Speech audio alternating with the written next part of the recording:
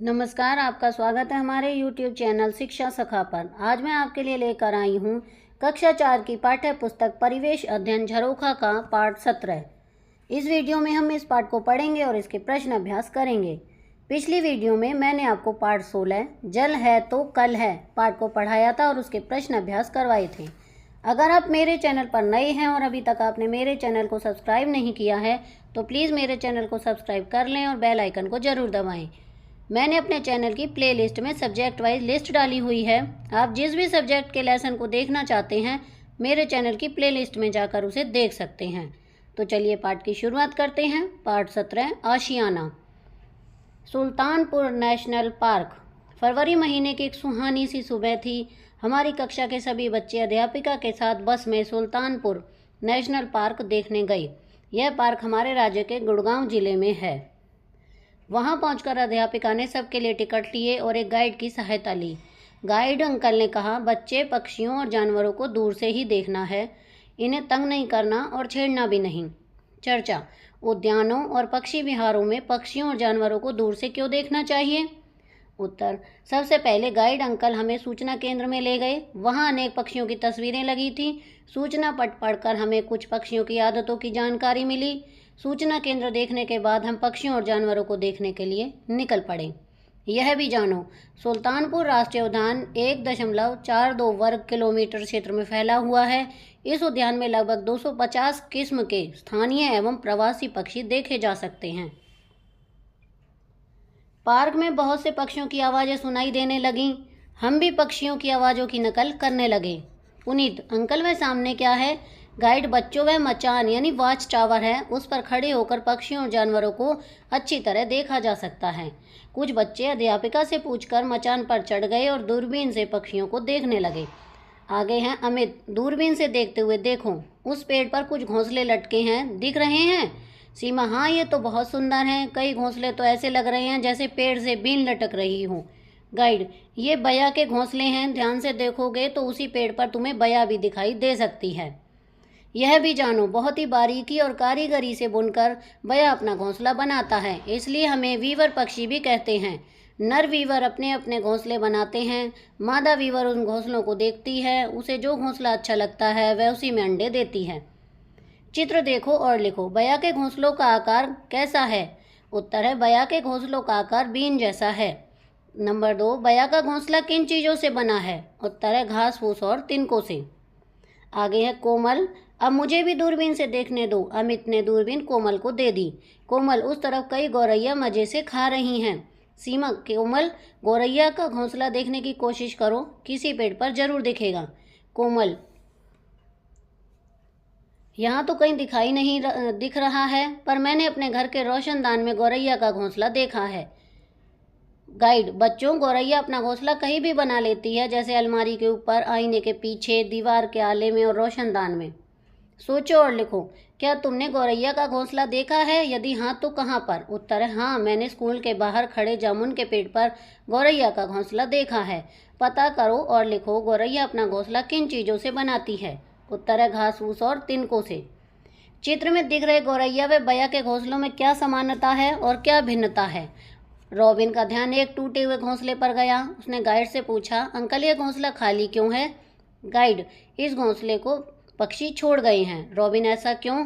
Guide, पक्षी सारा साल घोंसलों में नहीं रहते, ज़्यादातर पक्षी अंडे देने के लिए ही घोंसले बनाते हैं। उनके बच्चे घोंसलों में तब तक रहते हैं जब तक वे उड़ना नहीं सीख जाते। अध्यापिका, चलो बच्चों अब आगे चलते हैं। सुनील, उधर देखो, झील के पास कितने सारे पक्षी हैं। सुमन, वाह, यह तो बहुत सारी बत्तखें हैं, कई तो मजे से पानी में तैर रही हैं, कई झील के किनारे किनारे घूम रही हैं। नितिन, अंकल झील के पास वाले पेड़ों पर तो बहुत से पक्षी हैं। गाइड, हाँ, सर्दियों में इनकी संख्या और भी ज़्यादा हो जाती है। इस मौसम में बहुत से पक्षी दूसरे देशों से हजारों किलोमीटर की दूरी तय करके यहाँ आते हैं। सर्दियाँ समाप्त होने पर ये प्रवासी पक्षी वापस चले जाते हैं। पक्षी एक देश से दूसरे देश में क्यों जाते हैं? उत्तर है, मौसम के परिवर्तन के कारण और भोजन की तलाश में।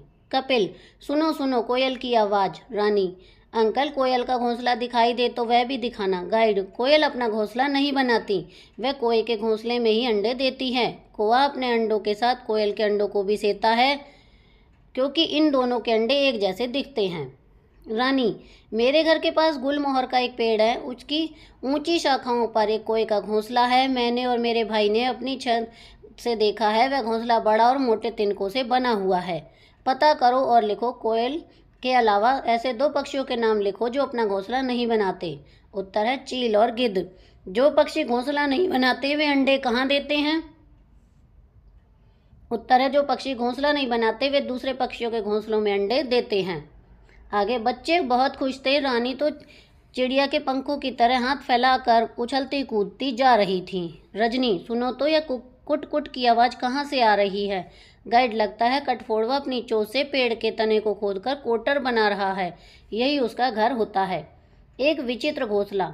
दर्जन चिड़िया का नाम, जैसा नाम वैसा ही काम। यह अपनी नुकीली चोंच से पत्तों को घास से सी लेती है। इसमें कई रुई, कपड़े की कतरनें और कागज के टुकड़े रखकर इसे आरामदायक बनाती है। अब घर लौटने का समय हो गया, लेकिन बच्चे कुछ देर और रुकना चाहते थे, इसलिए अध्यापिका ने उन्हें आधे घंटे का समय और दे दिया। सब बच्चे बहुत खुश थे। रानी चहकती हुई सी घर पहुंची। उसने दिन भर की बातें अपनी माँ, भाई और दादी को बताई। घर तब और अब। शाम को रानी दादी के पास बैठकर टेलीविज़न देख रही थी। उस पर एक ऐतिहासिक नाटक दिखाया जा रहा था। रानी, वाह कितना सुंदर किला है, इसका दरवाज़ा भी बहुत बड़ा है। पर दादी, इसमें मशालें क्यों जल रही हैं? दादी, बेटी, पुराने समय में जब बिजली नहीं होती थी तो लोग रोशनी के लिए मशाल, लालटेन, दिया या डिबरी आदि चीज़ों का प्रयोग करते थे।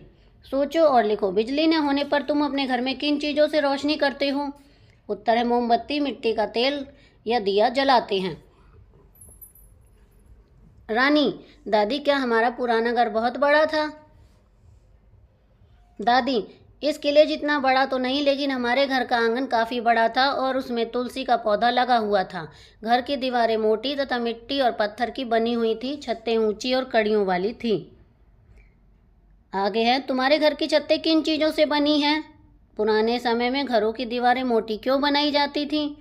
तो इसका उत्तर है, हमारे घर की छतें लकड़ी, पत्थर, ईंट, सीमेंट, बजरी, स्टील आदि से बनी हैं। दूसरे का उत्तर है, पुराने समय में घरों की दीवारें कच्ची ईंटों से मोटी बनाई जाती थीं क्योंकि इनसे कमरे गर्मी और सर्दी के मौसम में गर्म रहते थे। अब आगे है, रानी, दादी, अपने घर के बारे में कुछ और भी बातें बताओ ना। दादी, हमारे घर के एक हिस्से में पशुओं को रखते थे जिसे बाड़ा कहा जाता था। तो ये देखिए यहाँ पर पशु बंधे हुए हैं। तुम्हारे यहाँ पशुओं को रखने वाली जगह को किस नाम से जाना जाता है? उत्तर है बाड़ा। बाड़े में पशुओं के लिए क्या क्या होता है? उत्तर है चारा काटने की मशीन, पानी पीने की हौज, घास काटने की मशीन। बदला रसोई घर। रानी, दादी, रसोई घर कैसा था? दादी, रसोई घर में मिट्टी का चूल्हा और उसके ऊपर ईंटों से बनी चिमनी थी।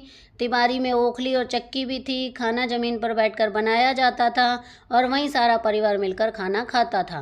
रानी, अब तो अधिकतर रसोई घरों में गैस का चूल्हा है, खाना भी खड़े होकर बनाते हैं। कितना कुछ बदल गया है। सोचो और लिखो, तुम्हारे घर में खाना किस प्रकार के चूल्हे पर बनाया जाता है? उत्तर है, हमारे घर में खाना गैस चूल्हे पर बनाया जाता है। कभी कभी मिट्टी के चूल्हे पर रोटी बनाते हैं। पता करो और लिखो, ओखली में कौन सी चीज़ें कूट सकते हैं? उत्तर है धान और बाजरा। चक्की में कौन सी चीज़ें पीसी जाती हैं? दाल, मक्का, गेहूँ और बाजरा। रानी, घर के शौचालय के बारे में भी बताओ। दादी, दादी, उस समय शौचालय घर के पिछवाड़े में कच्ची ईंटों से बनाए जाते थे। पानी किसी बर्तन में भरकर रखते थे क्योंकि घर में नल नहीं होते थे। सारा पानी खुली नालियों से होकर एक बड़े गड्ढे में जाता था। कुछ लोग खुले में शौच भी जाते थे। रानी, अब तो हमारे घर का शौचालय बहुत अलग है। इसमें नल लगे हैं और नालियाँ ज़मीन के अंदर हैं। आगे, अपने बड़े बुजुर्गों से पता करो कि जब वे छोटे थे तब वे किस प्रकार के घरों में रहते थे। उत्तर है, वे कच्चे घरों में रहते थे। उनके घर की किन चीज़ों से बने होते थे? उत्तर है, उनके घर मिट्टी, गारे, लकड़ी आदि से बने होते थे। क्या घरों में शौचालय थे? यदि हाँ तो कैसे? उत्तर है, नहीं, उस समय अधिकतर घरों में शौचालय नहीं होते थे। रानी, दादी, पहले के घरों में और आज के घरों में बहुत बदलाव आ गए हैं ना? दादी, हाँ बेटा, अपनी 80 वर्ष की उम्र में मैंने बहुत से बदलाव देखे हैं। अपने राजू चाचा के घर को ही देख लो, वह बड़े शहर में रहता है। उसका घर हमारे इस घर से तो बिल्कुल अलग है। वहाँ कई कई मंजिलों वाली इतनी ऊंची इमारतें हैं जैसे आसमान को छू रही हों। सोचो और लिखो। बहुत बड़े शहरों में बहुमंजिली इमारतें बनाए जाने के कोई 2 कारण लिखो। इसमें नंबर 1 जमीन की उपलब्धता की कमी और जमीनों की ऊंची कीमतें। नंबर 2 अधिक जनसंख्या भी बहुमंजिली इमारतें बनाए जाने का कारण है। आओ घर बनाएं। कक्षा के बच्चे 3-4 समूह में बट गए। हर समूह अलग अलग तरह के घर का मॉडल बनाए। इसके लिए तुम इन चीज़ों का प्रयोग कर सकते हो: मिट्टी, लकड़ी, कपड़े के टुकड़े, जूतों के डिब्बे, रंगीन कागज, माचिस की डिबिया और रंग। सभी घरों को एक साथ रखकर एक बस्ती बनाओ। नंबर 2 बिंदुओं को मिलाओ और प्राप्त आकृति में रंग भरो। तो यहाँ पर देखिए मैंने बिंदुओं को मिलाकर रंग भर दिया है। इसमें चिड़िया घोंसले दिए, घोंसले में अंडे दिए हुए हैं। नंबर 3 ऐसा करो। तुमने कई पक्षियों की आवाज़ें सुनी होंगी। कक्षा में प्रत्येक बच्चा बारी बारी से किसी पक्षी की आवाज़ निकालें। अन्य बच्चे आवाज़ पहचान कर पक्षी का नाम बताने की कोशिश करें। तो बच्चों यह कार्य आपको स्वयं करना है। आगे है चित्र के नीचे पक्षियों जानवरों के नाम लिखो। इनका इनके घरों से मिलान करो। शेर, शेर रहता है मांद में। कठफोड़ा, ये पेड़ में कुटीर बनाकर रहता है। बया, ये बया का घोंसला है, पेड़ों पर बनाती हैं। आगे है चिड़िया, चिड़िया देखिए पेड़ की टहनी पर अपना घोंसला बनाती हैं। सांप गुफा में रहता है। आगे है कुछ महत्वपूर्ण प्रश्न करेंगे अब हम। प्रश्न 1 सुल्तानपुर राष्ट्रीय उद्यान के विषय में आप क्या जानते हो? उत्तर है सुल्तानपुर राष्ट्रीय उद्यान हरियाणा के गुरुग्राम जिले में स्थित है। यह उद्यान 1.42 वर्ग किलोमीटर क्षेत्रफल में फैला हुआ है। इस उद्यान में लगभग 250 किस्म के स्थानीय एवं प्रवासी पक्षी देखे जा सकते हैं। प्रश्न 2 बया पक्षी के घोंसले के बारे में आप क्या जानते हो? उत्तर है बया को वीवर पक्षी भी कहा जाता है। यह बड़ी कारीगरी से के साथ अपना घोंसला बनाता है। घोंसला बनाने का काम नर बया करता है। मादा बया उन घोंसलों को देखती है। उसे जो घोंसला अच्छा लगता है वह उसी में अंडा देती है। प्रश्न 3 प्रवासी पक्षी किसे कहते हैं? उत्तर बहुत से पक्षी जलवायु परिवर्तन के साथ अपना निवास स्थान बदल लेते हैं। कई बार तो ये पक्षी हजारों किलोमीटर दूर तक चले जाते हैं। इन पक्षियों को प्रवासी पक्षी कहते हैं। तो यहाँ पर हमारी ये वीडियो खत्म हो गई है।